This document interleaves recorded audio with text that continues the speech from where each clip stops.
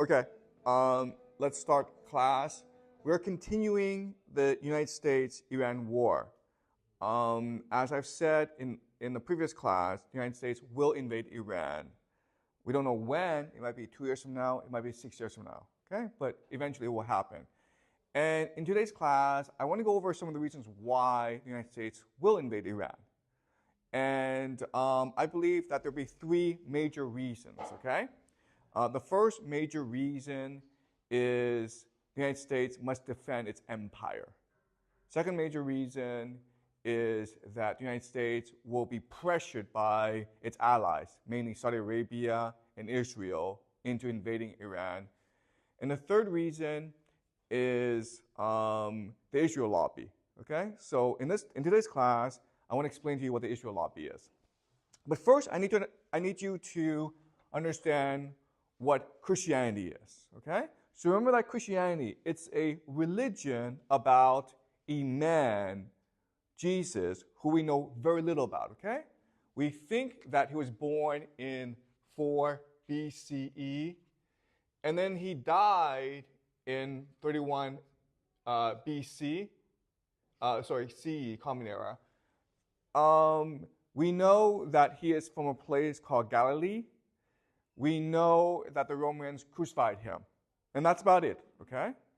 What his believers say is that he is God come to earth, and he was preaching a gospel or a message that God is returning. The kingdom of heaven is coming.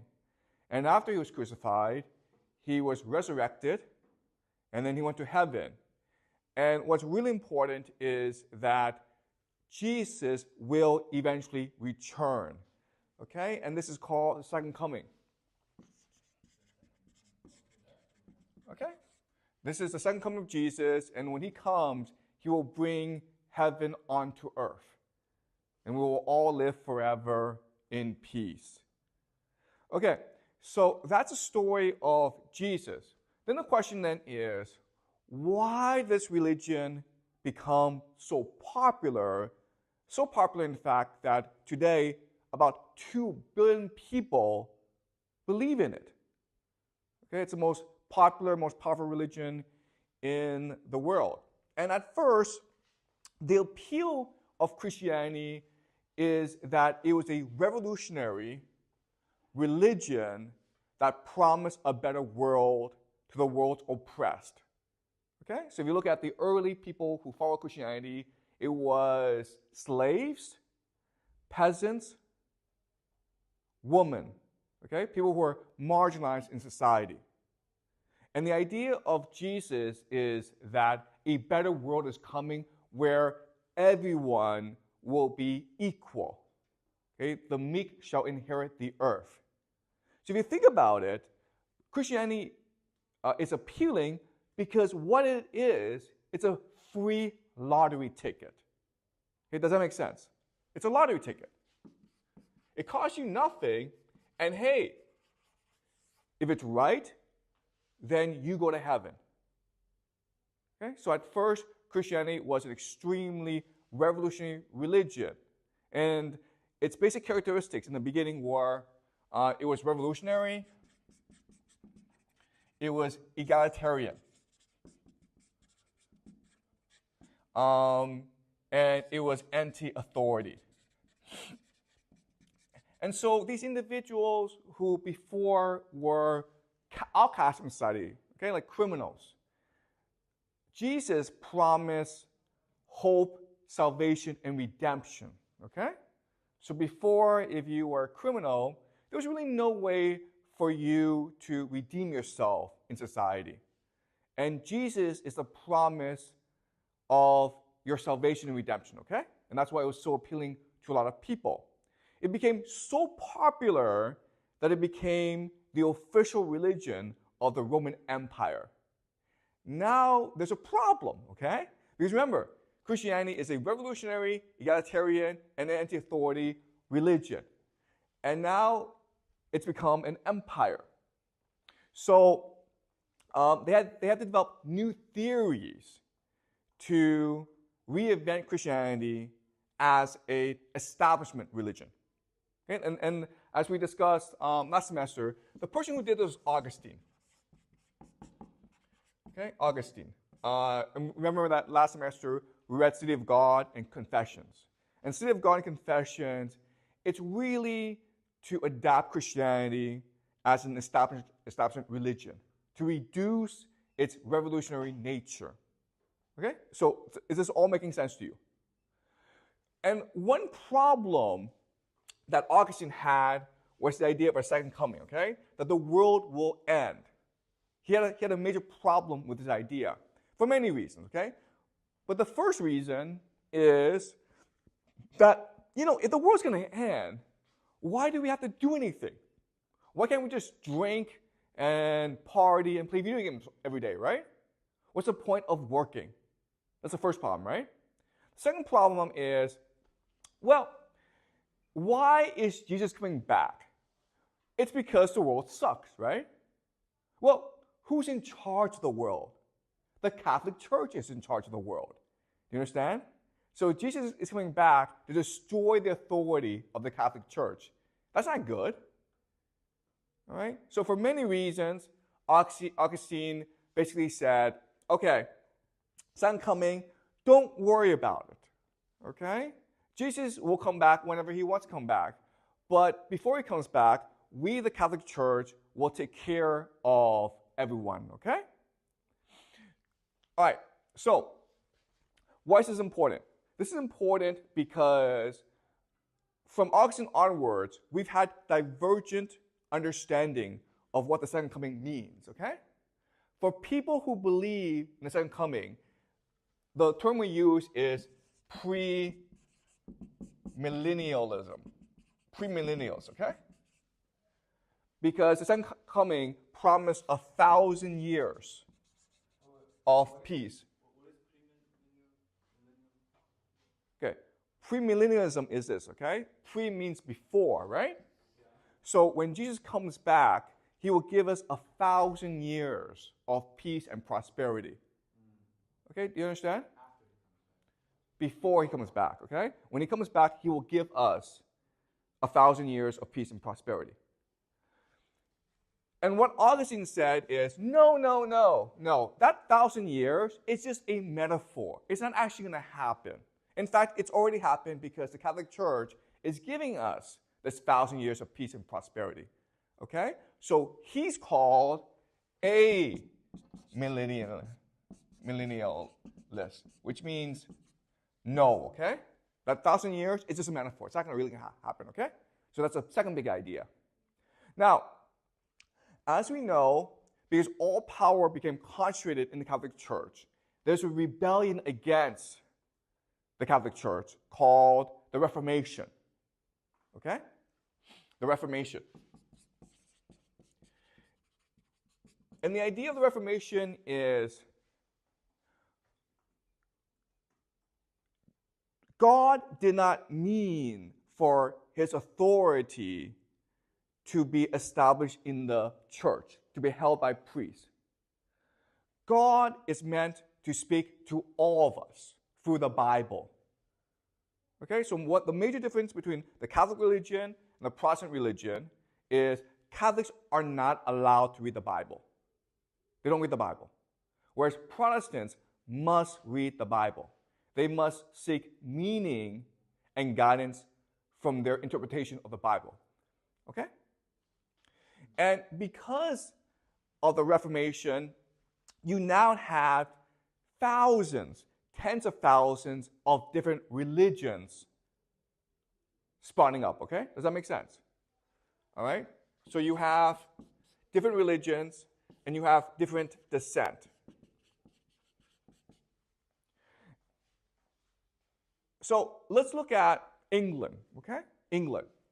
So England, there's a king, and before the Catholic Church was supposed to have authority over the king. And of course, the king did not like that, so he supported the Reformation, and he changed the Catholic Church into something called the Anglican Church, okay? Or the Church of England, which he would have authority over. But once the Reformation started, again, you are now allowed to read the Bible. And because of that, you have thousands of new religions coming up in England, okay? And they believe different things, but one thing that they all believed in is the Bible is the supreme authority. Okay? The Bible is the supreme authority, not the king. Right? So this started a major conflict between these groups and the king. And these people are called dissenters. And eventually this led to something called the English Civil War, where the dissenters, the Puritans, killed the king. Okay? But then the king was reestablished. And so this led to decades and decades of fighting in England. So one way that the king tried to resolve this conflict is by sending all these dissenters to America. Okay? To America. And the idea is this. These dissenters believe that the Bible is a supreme authority. The Bible asks us to do certain things, okay? Because it's written in the Bible. For example, you're not allowed to drink. You're not allowed to dance. You're not allowed to have any fun. You must focus on your own spiritual improvement. Okay? You're not allowed to have slaves. And so, because they believe these things, they were constantly in conflict with the establishment, okay? With people in power. And so the king was like, guys, if you really believe in these things, go to America. Why? Because there's nobody in America. So you can build your own kingdom of heaven. Do you understand? Okay? So this is the origin of the United States. The United States was founded as a Christian nation, which put the Bible as the supreme authority. Okay? Does that make sense? You guys probably don't know this about the United States. You think the United States, it's a non-religious, secular, multicultural nation that believes in science, right? That's what it looks like from the outside. But inside its soul, its history, it is a Christian nation dedicated to achieving the kingdom of God on earth.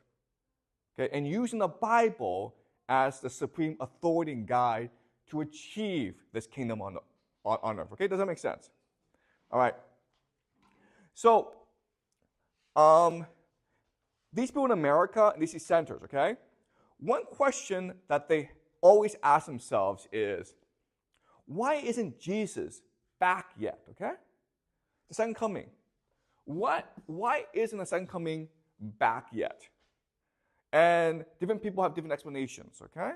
And so from this group come two more groups, okay? You have some people who are called the post-millennials. Okay? And post-millennials believe that Jesus will come back after we establish 1,000 years of the Christian church in the world. Okay? Does that make sense? So we have to prove that we are worthy of God. God's not going to come back and establish this for us. We have to do it ourselves. Okay? So these are people called post, which is say that Jesus will come after the 1,000 years. But then you have another group called dispensationalists. I don't even know how to spell this word, actually. Okay, anyway, dispensationalist historic, okay? All right, so now the premillennialists are split into two other groups. So the historic premillennialists are people who believe what the early Christians believed, which is that Jesus is going to come back. Don't worry when he's coming back. Just be a good person, and he'll come back eventually, okay? It's not up to us to ask when he's coming back. He's God, okay? He has a plan. He knows what he's doing. Just be patient, guys, okay? That's the historic premillennials. And then you have another group called the dispensationalists,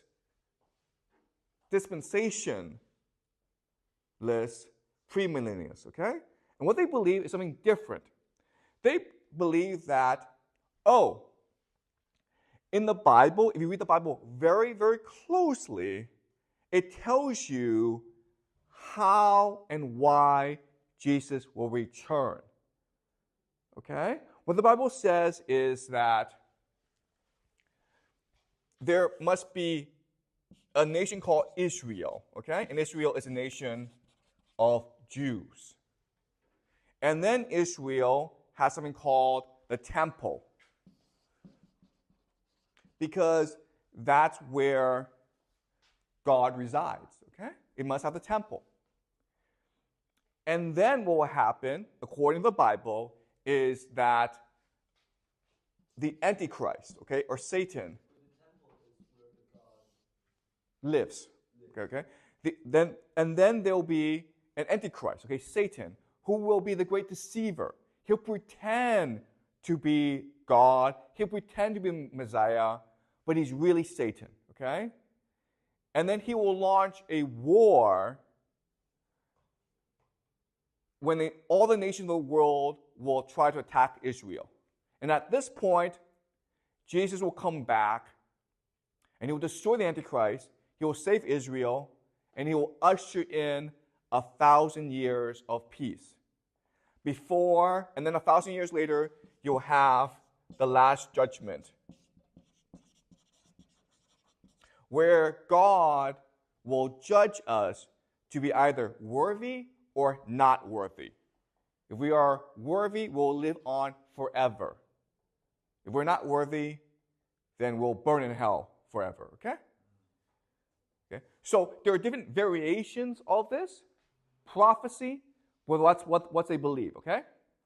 So in other words, the historic premillennialists, what they believe about the coming of Jesus is it's a promise, okay? Jesus promises to return. He's God. He will keep his promise. He's probably very busy right now with other things, so don't worry about it, guys, okay? Let's just be patient and trust in Jesus. Okay? That's what they believe. But the dispensationalists, premillennialists, believe that the prophecy, it's a plan. Okay? It's something that we must achieve to bring Jesus back. And if we do what the Bible tells us to do, which is to say, to have Israel as a nation run by the Jews, to have the temple, and then to face the Antichrist, then Jesus will return. Okay? Does that make sense? Okay. Now, so these are the 4 different views of the end times. Okay? You have the historic premillennialists who believe that Jesus has promised to return. Let's just wait, guys. Don't worry about it. You have the dispensationalists, premillennialists, who believe that we have to work hard to bring Jesus back, okay? And then you have the amillennialists who are like, no, the 1,000 years, it's just a metaphor. It's not going to happen. Don't worry about it, guys, okay? And then you have the post-millennialists who believe that it's up to us to establish a good world. Jesus is not going to do it for us. If we do this, then Jesus will return, okay?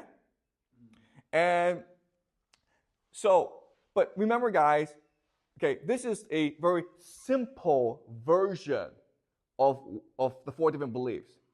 Even within each belief, there are variations, okay? Because again, there are 2 billion people who believe in Christianity, and they all believe something different, okay? Does that make sense?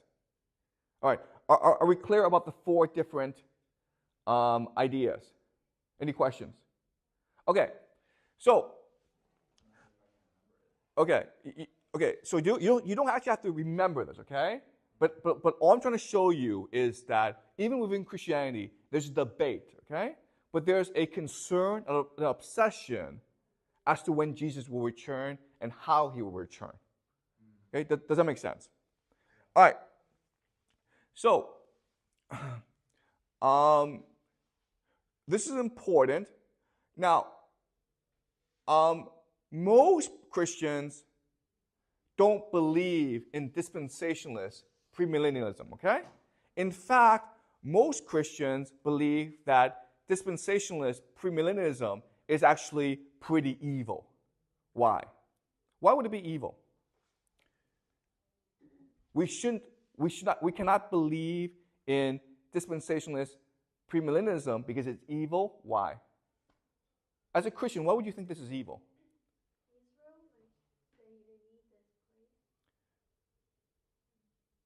What's a problem with believing that there's a plan in the Bible? Why would that be anti-Christian?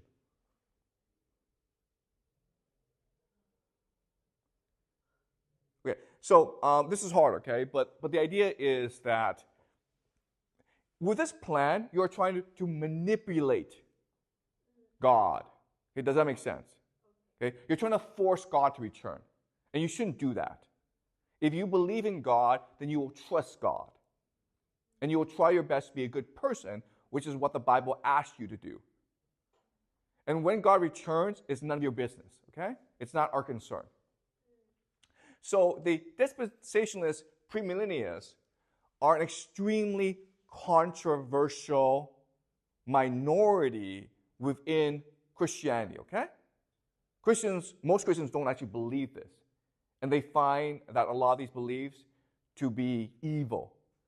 And maybe even blasphemous, okay? You're insulting God with this sort of thinking. Okay. The problem is that of all these groups, the dispensationalist premillennialists, are the most organized, and they're the most fanatical. They really believe that this is true, okay? And we know that throughout history, those who achieve their objectives are people who tend to be the most united and who are the most fanatical in achieving their objective, okay? That's the first point. Second point is that this sort of belief thrives in a time of massive uncertainty and inequality, like the time that we are living in today, okay? Where inequality is growing, where there's more instability and uncertainty. So in other words, there are more and more people who believe in dispensationalist premillennialism. Okay, does that make sense? Okay. All right. So why this is important is that dispensationalist premillennialists, as Christians, have done a lot to cause conflict in the Middle East. Okay? So they're the ones who are actively encouraging conflict between the Palestinians and the Israelis. They're the ones who want Israel and Iran to go to war. Why? Why are they actively encouraging conflict between the Palestinians and the Israelis? Why are they encouraging a war between Iran and Israel? Why would they want a war between Iran and Israel? They want Israel back. Well, Israel is already back. Why? Because it's part of the prophecy. Do you understand?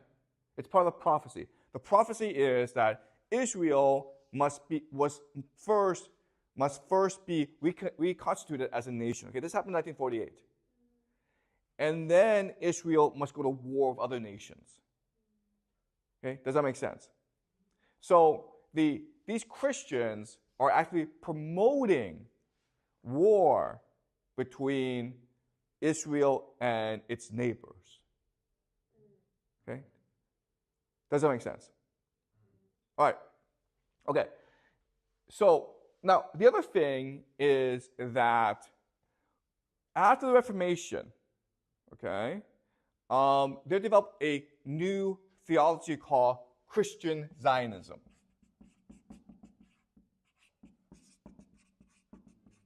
Christian Zionism, okay? What is Christian Zionism? Christian Zionism is the belief that as a Christian, you must support Jews in the return to Israel. Okay? So because remember that Israel as a nation was only founded in 1948. And then basically in about 70 BCE, the Romans burned down the temple, okay? So for about almost 2,000 years, really, the Jewish people have not lived in, the Jews were not in control of Israel, okay, for about 2,000 years. And there are Christians who believe that it is our responsibility, it is our duty to help Jews take control over Israel, okay? And they believe this for many different reasons. So Christian Zionists, some may believe that that's what the Bible says. God promised Israel to the Jews, okay? So Christian Zionism intersects with dispensationalist premillennialism. Okay? There are Christian Zionists who believe that, okay, for Jesus to return, we need Israel back, and we need Israel to be in conflict with the Middle East, okay? So in other words, is there a specific country you want them to have conflict with? the Middle East, okay? That's neighbor country. Yeah, all of them, okay? So, so Christian Zionism, I mean, you can make the argument that it's a pretty evil idea. Why? Because they're using the Jewish people as a tool, as a mechanism in order to achieve what they believe, which is the return of Jesus. Okay, does that make sense? Because Christianity believes that if Jesus returns, then all Jews, then Judaism as a religion will cease to exist. 2/3 of all Jews will die in the battle, and the rest, a third, will immediately convert to Christianity. Okay? So you can make the argument that Christian Zionism, it's a pretty cynical and a pretty evil idea. Okay? And then from Christian Zionism, we have the idea of Zionism. Okay? And Zionism is the belief among certain Jews that two things, okay? One is that the Jews are the chosen people of God and that Israel is the promised land. And therefore, Jews must return to Israel. Okay, does that make sense? Okay?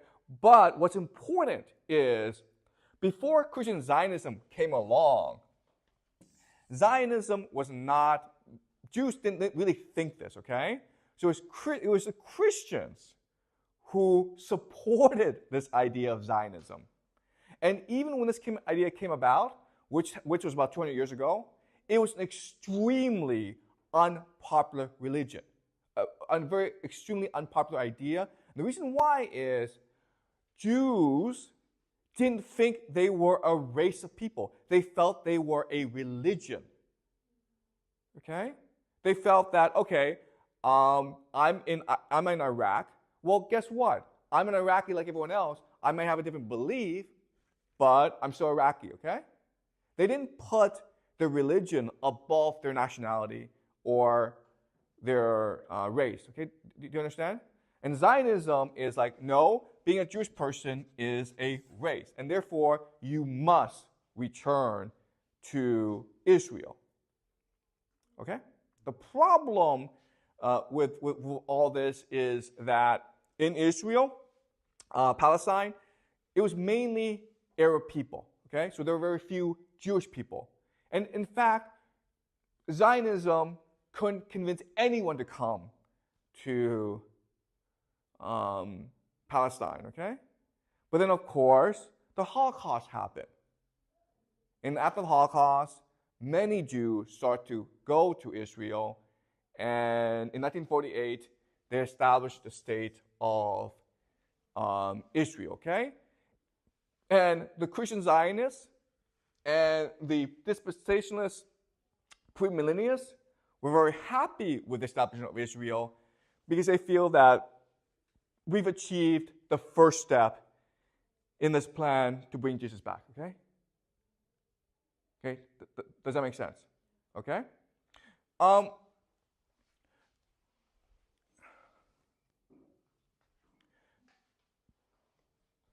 So, to summarize, the main message is this, okay? Here's what you need to know. First is that there are many Christians who believe that Israel and the Jews must be used as a tool to bring Jesus back, okay? That's the first thing. Second thing is that America was founded as a Christian nation. Therefore, its soul is Christian. Its first leaders were Christians who believed in Christian Zionism. Their descendants now control the military and the foreign policy apparatus of America. Okay, that's the second thing, okay? And the third thing is that Israel as a nation thinks that it can use Christian Zionism in order to advance its geopolitical interests, which is to basically gain control over the Middle East. Okay, do you understand? And that's what's driving the conflict between Israel and Iran. Does that make sense? Okay? What's driving the conflict between Israel and Iran is America believes it has a religious responsibility to protect Israel against Iran. In fact, if there's a war between Iran and Israel, that's a good thing because it's going to drive this prophecy and the return of Jesus, okay? And then people in Israel are like, you know what? If we go to war with Iran, America is going to fight for us. So why not? Yeah, that's pretty cheap. Right? We don't have to fight this war. America's going to do it for us. So why not fight this war? We lose nothing. We gain everything from this war. Okay? So the idea is that all this is driven by a religious worldview, understanding the world. Okay? And over time, this worldview will only become more popular in America. Okay? Does that make sense? All right. Okay, good. Any questions about this? Anything that's not clear about what I just what I just explained? Do you mean to clarify anything?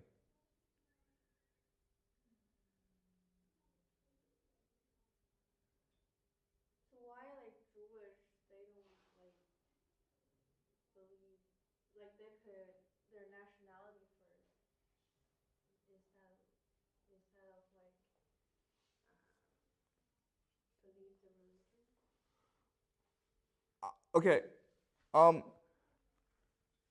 I don't really understand the question. Can you repeat the question? I mean, like you said, like the Jewish, like they don't put like their race or their religion above their nationality. So why? But I think the Christians they believe in the religion more. Right. So okay. So both Judaism and Christianity are religions. Okay. There's no race. There's no race to the idea of Christianity, right? You can be Chinese and Christian. You can be American and Christian. It doesn't matter. Right? And that's what the Jewish people say as well. I can be Chinese and Jewish. I can be American and Jewish. Because being Jewish is a religion. But the idea of Zionism is that being Jewish person is a race. In fact, you are directly descended from the Hebrews in the Bible, which is complete nonsense. This is not true, okay? Is this like is this idea still not popular or becomes more popular? Zionism is the main political belief of Israel, right? Why does Israel exist? Because Israel is the promised land that God gave to his chosen people. Okay? And this was a promise that dates back at least 3,000 years to the time of Abraham. And it's written in the Bible. Therefore, it must be true. Okay? Does that make sense? All right. Any other questions? Okay, that's a great question, okay? All right. So I'm making the argument that Christian Zionism and dispensationalist premillennialism will over time become more popular religions in America. Okay, and the question, and Charles asks, like, well, why? Okay, let's go back to the founding of Christianity. Why did Christianity become so popular? It became popular because it was in the Roman Empire, okay? At that time, there's something called the Pax Romana, which meant the Roman peace. Okay? Which meant that the Romans controlled everything, therefore there were no wars, therefore people were at peace, right? And you think that's a good thing, right? The problem is that if there's peace, then you have massive inequality. Okay? Because war is a mechanism back then of social mobility. Right? War killed people. And if war kills people, that creates opportunities for the people who are alive. But if there's no war, then what happens is, if I'm a rich person, guess what, guys? I become more rich. If you're poor, what happens? You become more poor. Okay? So as a poor person, what do you think? You think that life is hopeless. Life is pointless. There's no future. There's no hope, right? And so Jesus comes along and says, listen, if you believe in me, then I will bring the kingdom of heaven onto earth, and I will destroy inequality. Everyone will be the same, okay? So again, back then it was a free lottery ticket. Today, we live in something called the Pax Americana. And the Pax Americana, same thing where for the past 70 years, there's been peace around the world, right? Very few people have died. But all that means really is that inequality has increased. Fewer and fewer people have money, okay? Guys, billionaires make no sense. Do you understand? Why should a few people have all the money? That makes no sense. Because money is meant as a mechanism of exchange and transaction, right? You use money, you should spend your money. If it's all in the bank, what's the point of that? Okay? So having billionaires is a bad thing. And if you go to America, you'll find that there are many young people who feel that like life is pointless. Okay? So they're looking for alternatives. You understand? And this idea of dispensationalist premillennialism, which is like what's happening right now in Israel will lead to a better world, that's kind of attractive to you. You understand?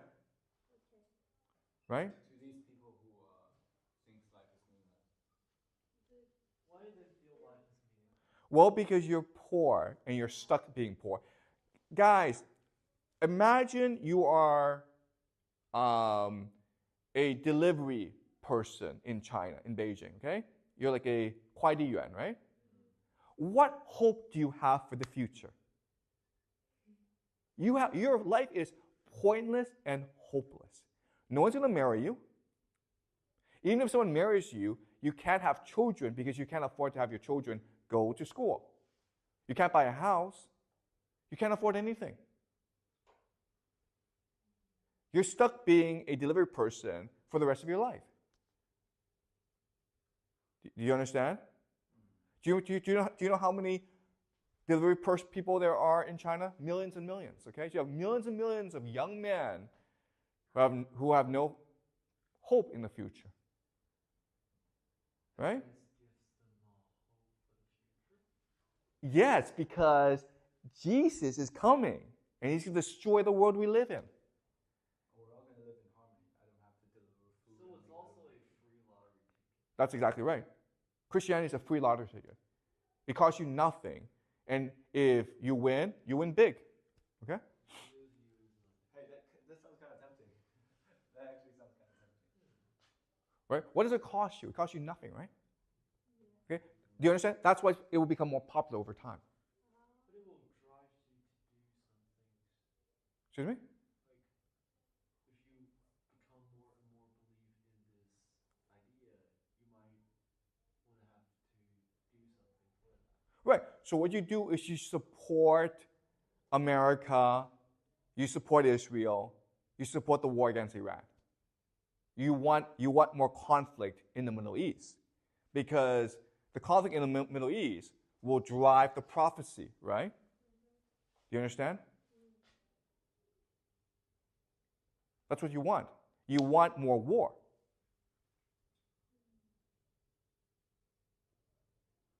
That's against the idea of peace. What good does peace do you? Right? Peace just means like tomorrow you'll still be poor and hopeless. Right? But war, it's an opportunity for a new world. So it's making people more and more extreme. Exactly. Right? So all this inequality is making people much more extreme and desperate. Right? Which will lead more people to believe in dispensationalist premillennialism. Okay? But does the government want this instability? The government, of course, does not want any instability. But what can the government do about it? I don't they provide social welfare to poor people. You're absolutely right. Okay, so the government could provide social welfare to poor people, but where would the money come from? The rich, the tax. Right. Do you understand? Okay. Fine. Okay. Who's more dangerous to you? A few rich people or millions of poor people? Poor people. No. But they're a lot. No. A few rich people are much more dangerous than millions of poor people. Do you understand? But if millions of poor people united, they can. That's right. United, right? Poor people don't know how to unite. So this is a opportunity for them to unite. That's right. Oh. Okay. That's logical. Yeah, that sounds fair. Okay. So this gives them a reason to fight those rich people. Yeah, but They don't actually fight the rich people. They fight for something that's pretty much away from them. It's like a thing that might never come true. right. Okay. Okay. So does this make sense? Okay. All right. So this is the so I mean it's hard because this is religion. Okay, and we're not religious. I'm not religious. You're not religious. So we don't really understand how religious people think. Okay. But remember that on this planet Earth, most people are religious, and they take their religion very, very seriously. Okay. Do you understand? They're willing to die for the religion because they think that if I die for my religion, I'll go to heaven. Why heaven so attractive? Excuse me? I mean, why heaven is so attractive? Okay. All right. So It's more attractive compared to their current life. that's exactly right. Do you understand? Okay. All right. Because you're not giving people any hope, and religion gives people hope. That's a question. Isn't those poor people doing this to support the war between Israel and Iran as a way for the rich people to use it to make them more reasonable in the attack, and they can draw money from that. So it's like those rich people are using those poor people's beliefs to support their war. Listen, in the real world, the poor will always lose, the rich will always win, no matter what happens. But the poor doesn't realize this yet. That's right. That's why they're poor.